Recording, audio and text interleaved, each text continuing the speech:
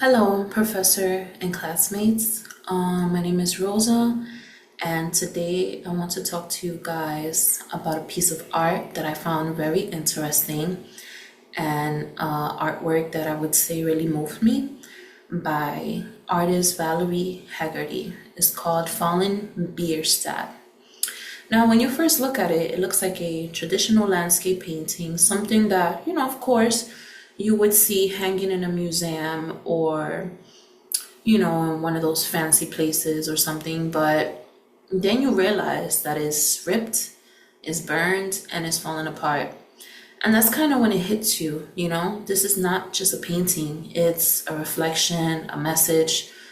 I would say something like a mirror of the world and of us. So this painting was created by artist Valerie Hagerty in 2007, and it's located in the Brooklyn Museum in New York.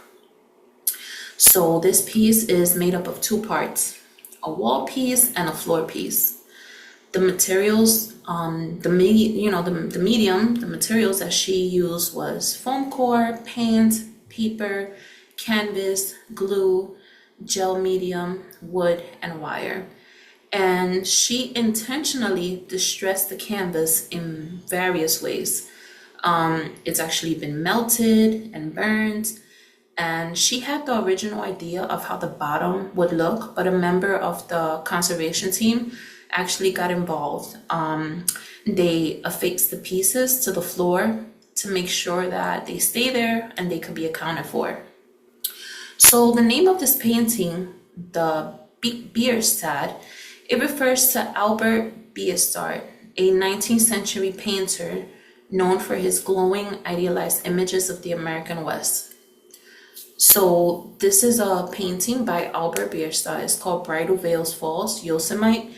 And that was the inspiration for Valerie's artwork of the image I just showed you guys.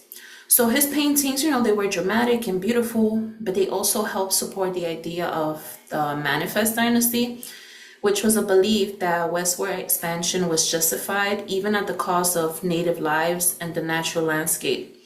So Valerie Hagerty takes that idealized vision and she destroyed it, quote unquote.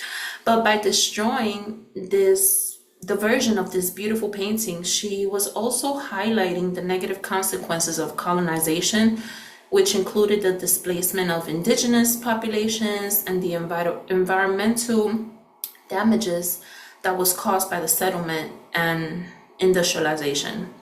However, this painting doesn't lose its beauty. She creates a different kind of power. So let's take a closer look. So the first thing you notice is the destruction. The canvas is torn with jagged, uneven rips, as if it's been attacked or pulled apart violently. Some parts look like they've been burned with blackened, charred edges. The wooden frame is broken and warped and is leaning and is collapsing. As you guys can see, it no longer supports the original image. But despite the destruction, you could still see some of the beautiful pieces of the peaceful landscape. Towards the left, you can see that pine tree.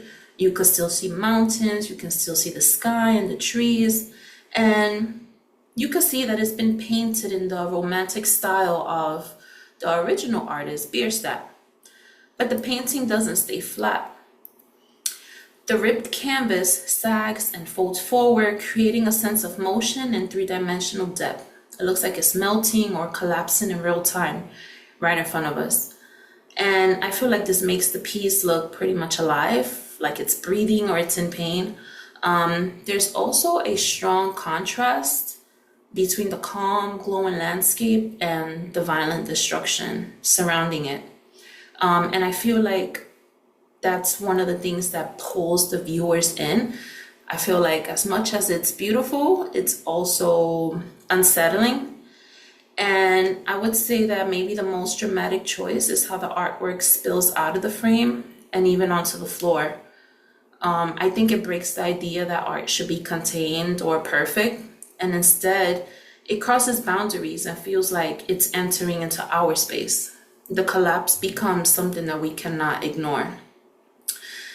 This piece is also interesting because I say it challenges what art is supposed to be. Most of us are used to the paintings being flat, smooth, and beautiful, as we can see on the left. But the Fallen Bierstadt is messy, it's sculptural, and it breaks the rules. And I think for me personally, that's what makes it exciting. I think it's also interesting the way Hagerty reinterprets a historical artist. Like I said before, Albert Bierstadt painted the idealized version of nature, but Valerie Hagerty questions that idea. She shows us that nature is not perfect. History isn't always the way that it's told. This piece also connects to the environment, the scorched canvas and the collapsing frame. It reminds me of wildfires and deforestation and climate change. Nature is being destroyed most of the time by our own actions. And just like the painting, it's something that sometimes we don't notice. We don't notice the damage until it's too late. I think this piece is beautiful because it shows that something can be broken and still be meaningful. I think the contrast, the peaceful painting mixed with the chaos of destruction, it makes you stop and think, and it feels real. And it reminds me of people. Just like this artwork, we often carry so much damage and we go through struggle, losses, and pain. But those things don't make us any less beautiful. They make us human and they make us real.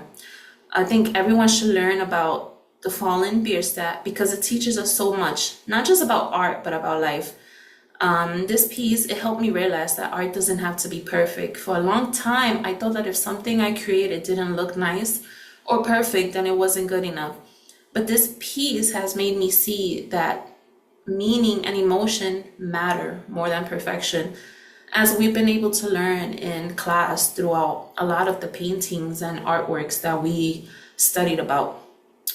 On a personal level, it reminded me that our own damage doesn't erase our worth. It becomes part of our story, and that story has power.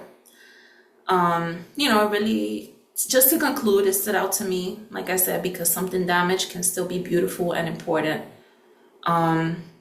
Nature and people go through hard times, but both still have value. The damage in the artwork mirrors the damage we see in the environment and in ourselves. And it made me reflect in my own experiences. And like I said, how my struggles didn't warn me, they shaped me. So I suggest for you to stop and breathe and think about your life and think about how this painting made you feel. And, you too are special. We're all special, even if, we're not perfect. We're all beautiful in our own way. And yes, I hope you guys enjoyed this presentation and I hope you guys learned something from this. Thank you.